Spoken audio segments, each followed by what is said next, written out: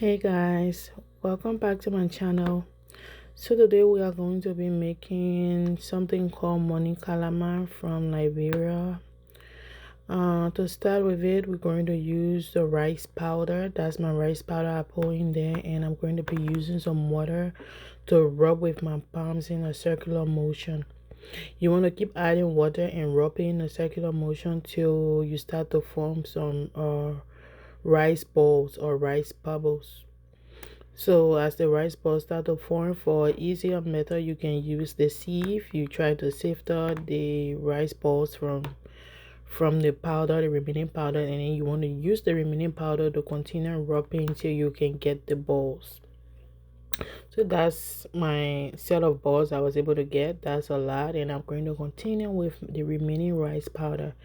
I did everything, and I just use my sifter it till I can get every single rice ball that I was able to make out of the rice powder.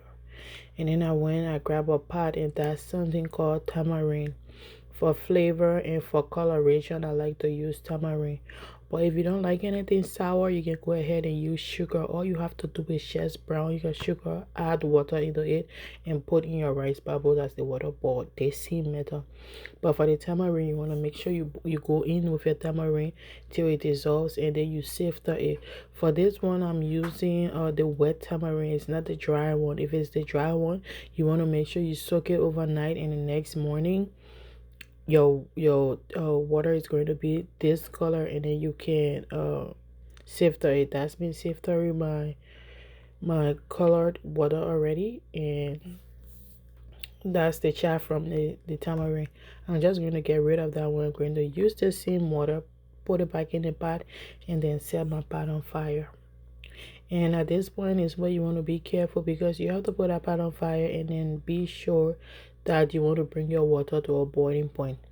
Once your water starts to boil, that's when you want to go in with your rice bubble, but little by little as you turn it in, making sure that it doesn't stick at the bottom of your pot or turn into bigger lumps.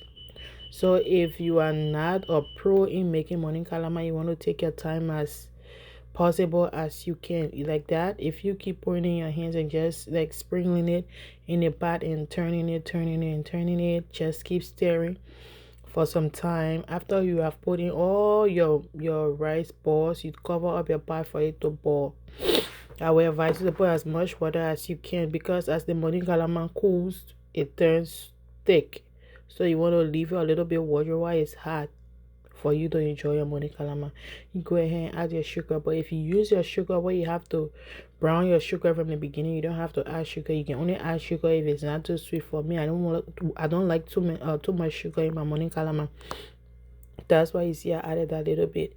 After that, as you can see, my Monikalama is ready. It's a very easy process, so go ahead and subscribe, like, and comment.